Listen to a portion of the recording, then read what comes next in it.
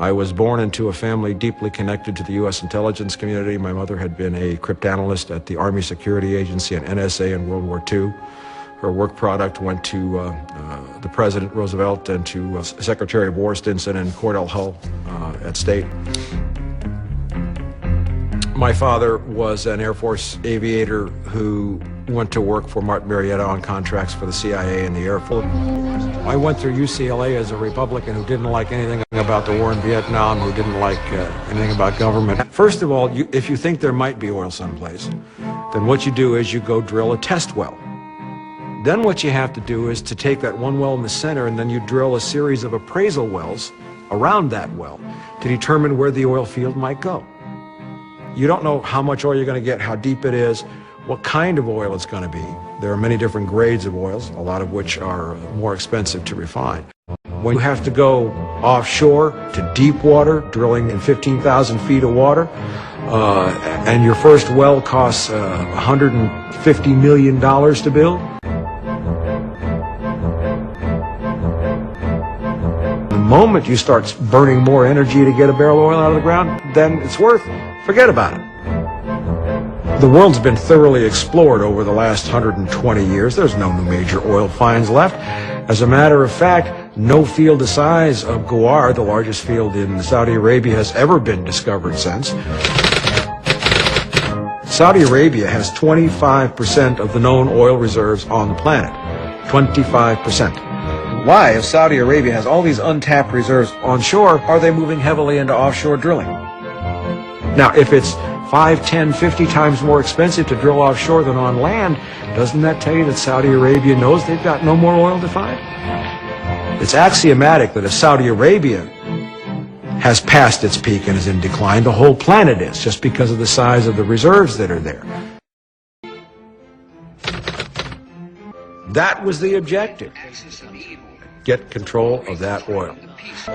But there is not enough oil in Iraq to change anything.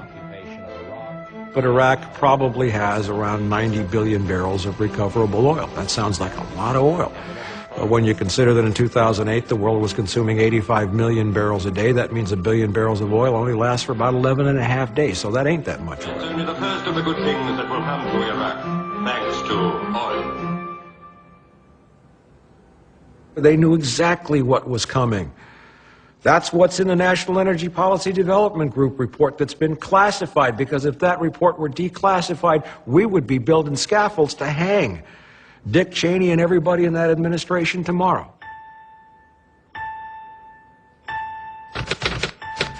Let's assume, just for the sake of discussion, that there's 600 billion barrels in the Arctic. First of all, it happens to be under the polar ice cap. That's a problem. The polar ice cap happens to be on, what, 10, 15,000 feet of water. The problem with the polar ice cap is it floats. It moves. So you can't drill a well on Tuesday and expect it to be in the same place on Thursday. Developing this tiny section of Anwar eventually build up to a minute. If there is oil in Anwar, there's no more than about a 6-month supply for the entire United States. There's no tanker routes. The wells aren't drilled, and yet we are spending our future as if that oil is there. We got to drop all this lying right now. We don't need transparency about anything other than about how much oil is really left. Saudis don't dare announce that they've passed their peak of oil production. Why? They have a very restive population that have been sold an expectation of a rising standard of living, and the moment Saudi Arabia acknowledges its past peak, it may well have a revolution. Now, what happens if there's a revolution in Saudi Arabia with 25% of the world's known oil? Where's that oil going to get replaced from? It can't be. With 7 gallons of oil in every tire, it takes uncounted barrels of oil to make those cars and engines in the first place. Ethanol is an absolute joke. First of all, a very brilliant scientist, David Pimentel, took the concept of net energy. How much energy do you invest versus how much do you get in return? And he concluded about a decade ago, I guess, that It takes more energy to make ethanol than you get from burning it, which is absolute stupidity. Because you drive the oil-powered machines, etc., you irrigate, you use the fertilizers, you're burning all that oil and natural gas to grow it. Then you make steam, which is more hydrocarbon energy. You add more chemicals, and you come up with ethanol, which you can put in a car. Now, the Bush administration had announced a goal of having 15% of all fuel in the United States made from ethanol, I think by the year 2015. They forgot to tell you that that would take all the arable land used to grow corn to do it. Canadian tar sands is an oil. It is a very, very thick, sticky, obnoxious substance that's mixed in with sand at levels 200, 300, 400, 500 feet in layers beneath the soil. This is in Alberta. And they literally strip mine thousands of tons a day, put them in these huge oil-powered dump trucks and drive them to a place where they then wash the sand. They take millions and billions of gallons of fresh water, which we're running out of everywhere, and they boil it by burning natural gas. There is not a possibility anywhere that Canadian tar sands production will exceed maybe 3.5 million barrels a day. The first thing that the uneducated mind that's in denial says, what about hydrogen? Can't we make electric cars? And I have to bring them back to the fact that there's 7 gallons of oil in every tire, that there are thousands of gallons of oil in every car, in the plastics, the paints, the resins, everything, all of that's made by oil, the oil that's used to manufacture the car and ship it around to heat the metals, etc., etc. There will never be 800 million electric-powered vehicles, and electricity is not an energy source. Electricity is generated by burning or using some other kind of energy. The subject of alternative energies, there is no such thing.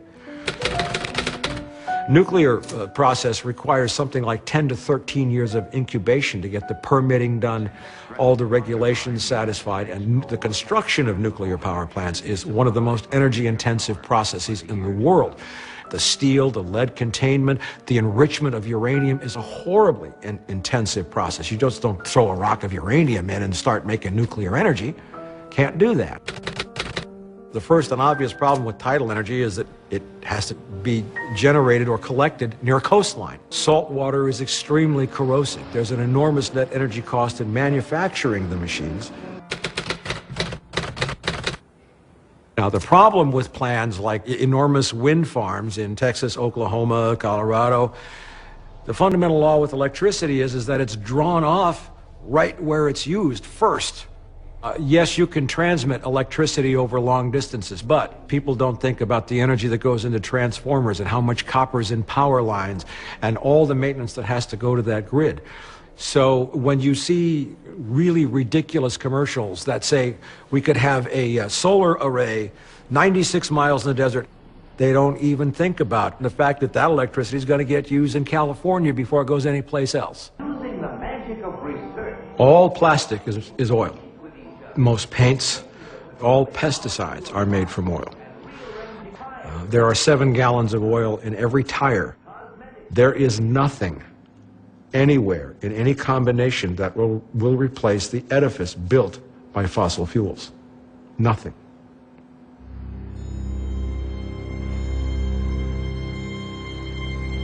Well, peak oil is probably now very easy to explain, much easier than it was a long time ago. People have felt what $147 a barrel oil feels like.